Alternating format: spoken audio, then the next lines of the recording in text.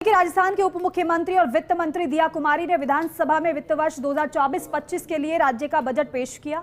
वित्त मंत्री के रूप में दिया कुमारी की ओर से पेश किया गया ये पहला पूर्ण बजट। आपको बताएं कि इससे पहले 8 फरवरी को उन्होंने विधानसभा में लेखानुदान पेश किया था और अब पूर्ण बजट में सरकार ने हर वर्ग को कुछ ना कुछ सौगात देकर साधने के पूरे प्रयास किए हैं। रिपोर्ट आपको दिखाते हैं।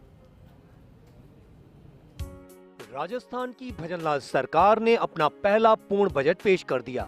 वित्त मंत्री दिया कुमारी ने विधानसभा में पेश किए बजट में विकास, महिलाओं और पर्यटन पर खास ध्यान दिया। नई परियोजनाओं, सड़कों के उन्नयन, पर्यटन स्थलों के विकास और सामाजिक कल्याण योजनाओं के लिए बड़ी घोषणाएं की गई हैं। इसके साथ ही सरकार सभी नगरीय क्षेत्रों में बायो पिंक टॉयलेट बनाएगी। हर जिले में आदर्श शौर्य ग्राम बनेंगे। इनमें लाइब्रेरी और वाईफाई कनेक्शन के लिए 150 करोड़ रुपए का बजट आवंटन किया गया है। राजस्थान पर्यटन विकास बोर्ड का गठन। राज्य में टूरिज्म को बढ़ावा देने के लिए भजनलाल सरकार ने राजस्थान पर्यटन विकास बोर्ड के गठन का फैसला किया है। इसके अलावा पर्यटन विकास के लिए 5000 करोड़ के विकास कार्यों की घोषणा भी दिया कुमारी ने अपने बजट भाषण में की। बजट में सबसे महत्वपूर्ण घोषणा 30 पर्यटन स्थलों के विकास के लिए 200 करोड़ रुपए आवंटित करने की है। राज्य में पर्यटन को बढ़ावा देने के लिए 20 करोड़ रुपए की लागत से पुरानी बावड़ियों का जीर्णोद्धार किया जाएगा और एक नई पर्यटन नीति लागू की जाएगी। प्रदेश सरकार खाटू श्याम मंदिर कॉरिडोर का निर्माण करवाएगी। इसके लिए 100 करोड़ रुपए का आवंटन बजट में किया गया है। सरिस्का के पांडुपोल और रणथंभौर में त्रिनेत्र गणेश मंदिर के लिए ईवी बेस्ड ट्रांसपोर्ट सिस्टम शुरू किया जाएगा। राज्य के 600 मंदिरों में विभिन्न उत्सवों के लिए 13 करोड़ रुपए सरकार खर्च करेगी। दिल्ली में बने भारत मंडपम की तर्ज पर जयपुर में एक भव्य राजस्थान मंडपम का निर्माण किया जाएगा। राजस्थान पर्यटन विकास बोर्ड का गठन करते हुए Rajasthan tourism infrastructure and capacity building fund RTICF बनाया जाकर हमारे इस कार्यकाल में 5000 करोड़ रुपए से अधिक के कार्य करवाए जाने की मैं घोषणा करती हूँ। लगभग 20 लाख परिवार पर्यटन क्षेत्र से किसी न किसी रूप में आय अथवा रोजगार की दृष्टि से जुड़े हुए हैं।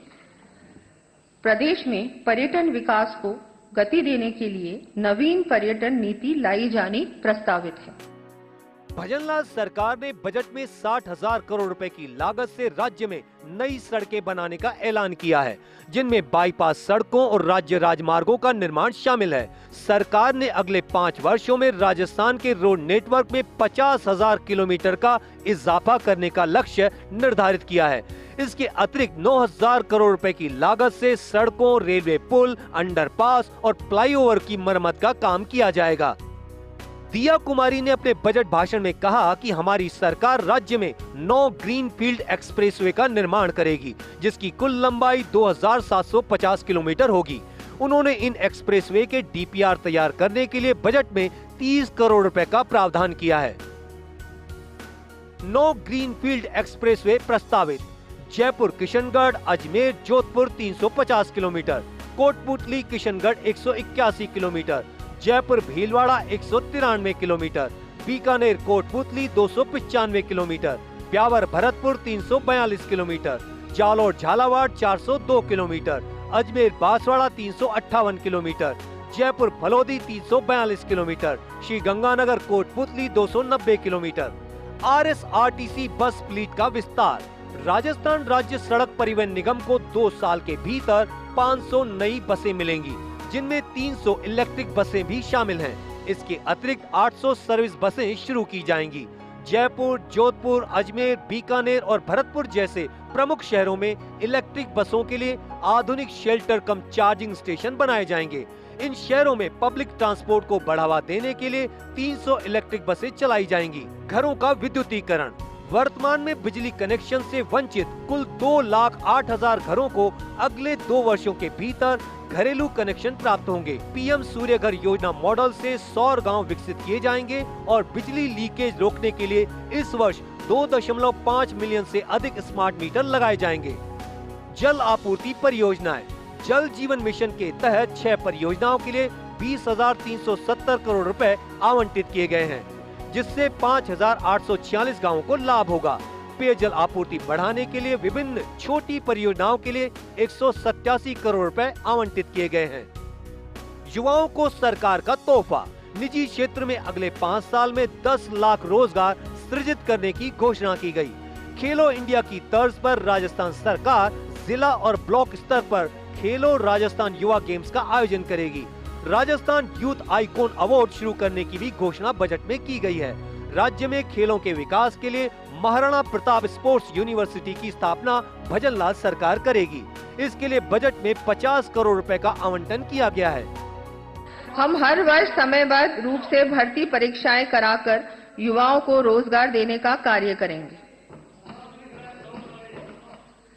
युवाओं के सर्वांगीण व्यक्तित्व विकास, उन्हें प्रोत्साहित करने तथा उनकी समस्याओं का त्वरित निस्तारण करने की दृष्टि से युवा नीति 2024 लाई जाने की घोषणा करती हूँ। सर्वांगीण विकास में खेलों की महत्वपूर्ण भूमिका है। प्रदेश में प्रत्येक स्तर पर खेलों के प्रोत्साहन हेतु समुचित वातावरण तैयार करने के लिए sports infrastructure, science analysis, counselling व न्यूट्रिशन का समावेश करते हुए खेल नीति 2024 लाने की मैं घोषणा करती हूँ।